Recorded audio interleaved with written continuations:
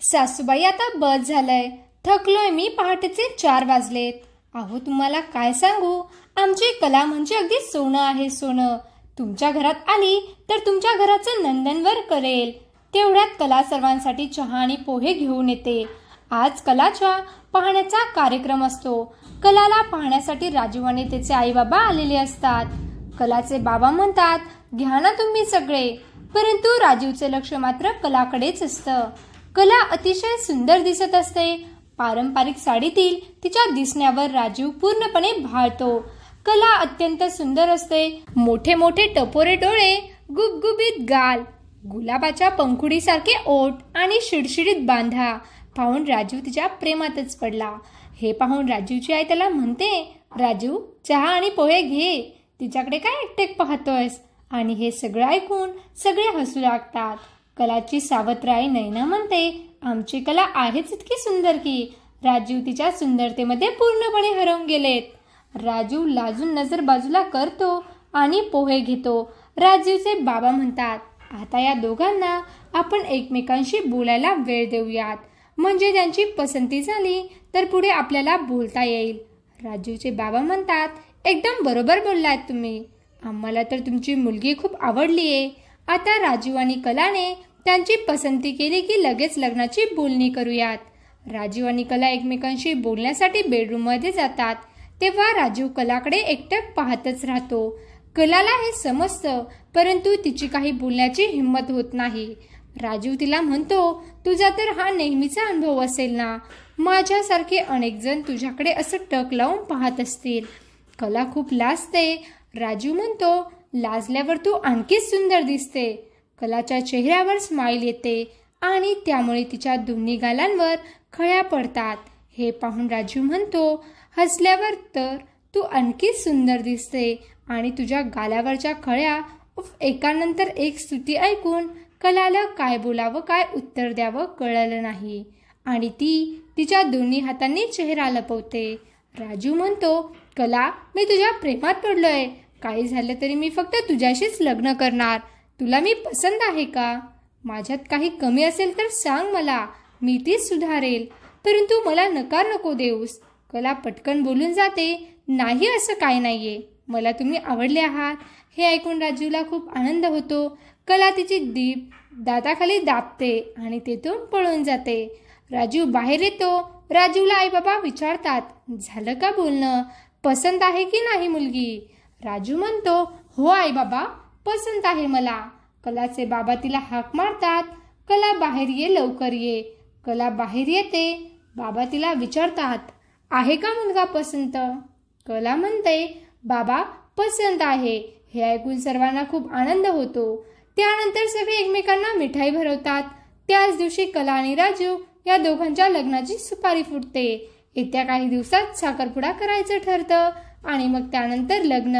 राजू घरी जाता जाता कलाला त्याचा फोन नंबरही देतो आणि आज रात्री फोनवर बोलायचं म्हणतो. कला खूप खुश असते. आज तिला तिच्या स्वप्नातला राजकुमार मिळालेला असतो. रात्र होते आणि कला राजूला फोन करते.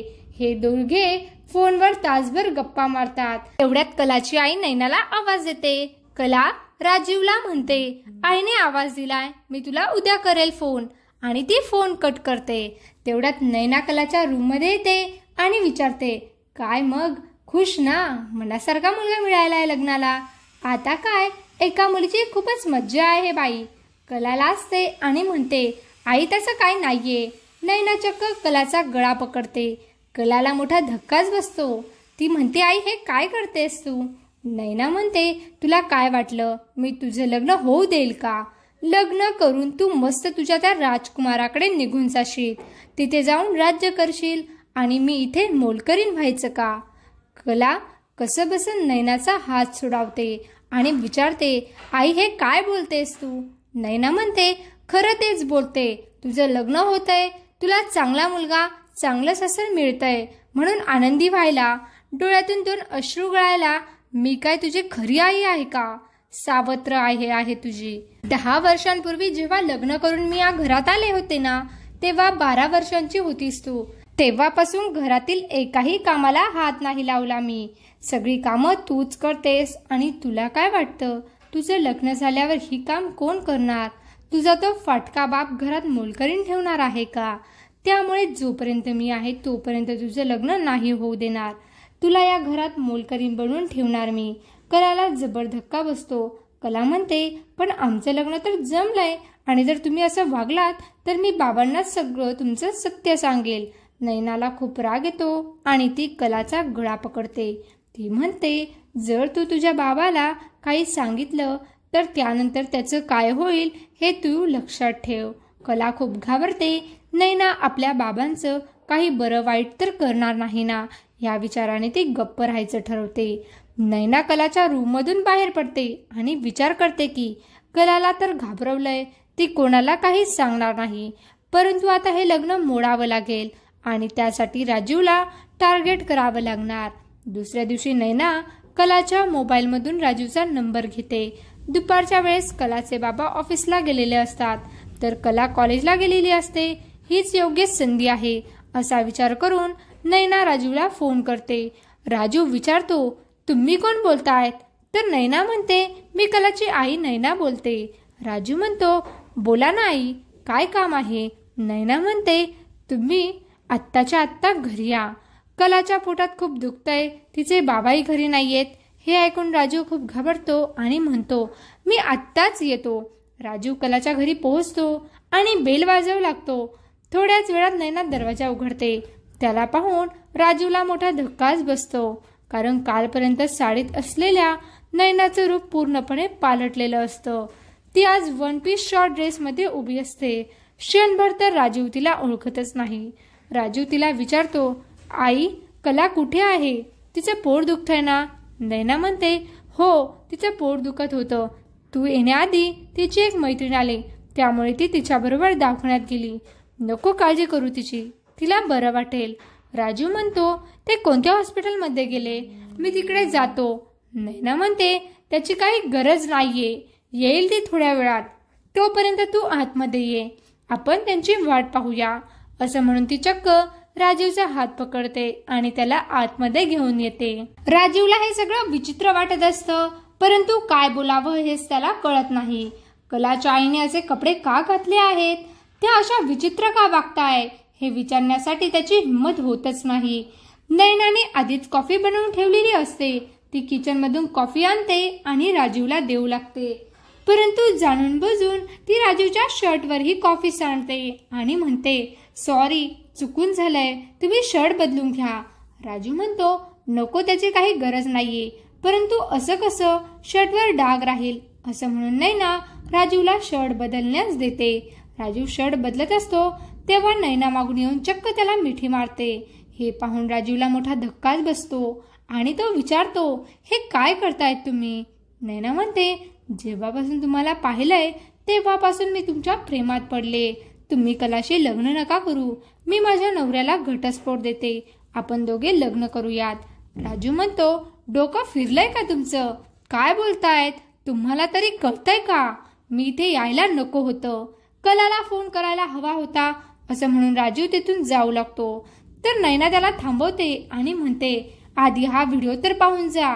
ती राजूला व्हिडिओ दाखवते ज्यामध्ये नैनाने त्याला मिठी मारलेली असते. हे पाहून राजूला मोठा धक्काच बसतो. राजू विचारतो, तुम्ही हे सगळं का करतायत? मला तर काही कळतच नाहीये. नैना म्हणते, मला तुझं आणि कलाचं लग्न व्हायला नकोय. संध्याकाळी कलाच्या बाबांना फोन करायचा आणि सांगायचं की तू हे लग्न करणार नाहीये, तुला हे लग्न मान्य नाहीये. राजूला मोठा धक्का बसतो आणि तो विचारतो, तुम्ही हे सगळं का करतायत? नैना म्हणते, मला तुला काही सांगायची गरज वाटत नाही.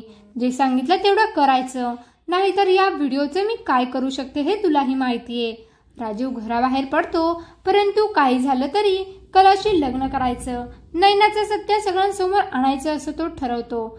तो कलाला फोन करतो आणि कॉलेजमध्ये तिला भेटायला जातो.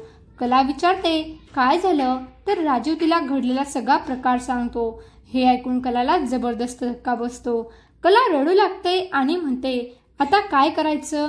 काल आईने मलाही अशी धमकी दिली की तुझं लग्न होऊ देणार नाही. राजू विचारतो, पण ते असं का करताय? तर कला म्हणते, ती माझी सावत्र आई आहे. माझी आई गेल्यानंतर बाबांनी तिच्याशी लग्न केलं. तेव्हापासून ती माझ्याशी वाईट वागते. मला घरातील मोलकरीण बनवून ठेवलंय. मी लग्न करून गेल्यानंतर त्यांना हक्काची मोलकरीण नाही ना राहणार, म्हणून त्यांना माझं लग्न होऊ द्यायचं नाहीये. राजू म्हणतो, मग आपण हे सगळं तुझ्या बाबांना सांगायला हवं. कला म्हणते, नको, ती माझ्या बाबांच्या जीवाचं बरं वाईट काही करेल, म्हणूनच मी गप्प बसले. राजू म्हणतो, परंतु काही करून मी तुझ्याशी लग्न करणारच. मी या लग्नाला नकार नाही देणार. तुझ्या सावध राहिला तर धडा शिकवावाच लागेल. राजू विचार करतो आणि त्याला एक चांगला प्लॅन सुचतो. थोड्या वेळानंतर कला आणि राजू हे दोघे हातात हात घालून घरी पोहोचतात. या दोघांना एकत्र पाहून नैना खूप चिडते आणि म्हणते, मी तुमचं लग्न मोडायला सांगितलंय ना, तुम्ही काय एकत्र फिरताय? कला विचारते, का मोडायचं आमचं लग्न? नैना म्हणते, रात्री कान बंद झाले होते का? आणि ती पुन्हा सगळी गोष्ट सांगते.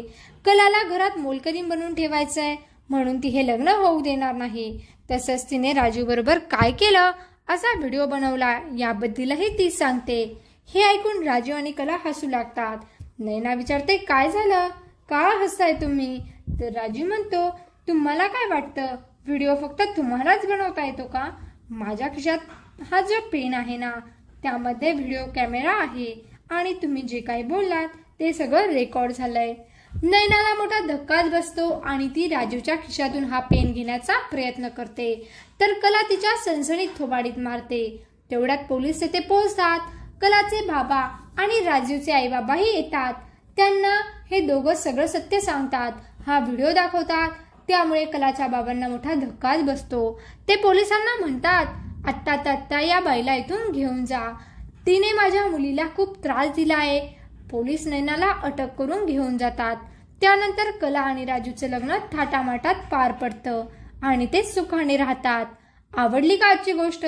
नक्कीच कमेंट करून सांगा आणि अशाच नवीन गोष्टींसाठी व्हिडिओला लाईक करा, शेअर करा आणि चॅनलला सबस्क्राईब करायला विसरू नका. खूप खूप धन्यवाद.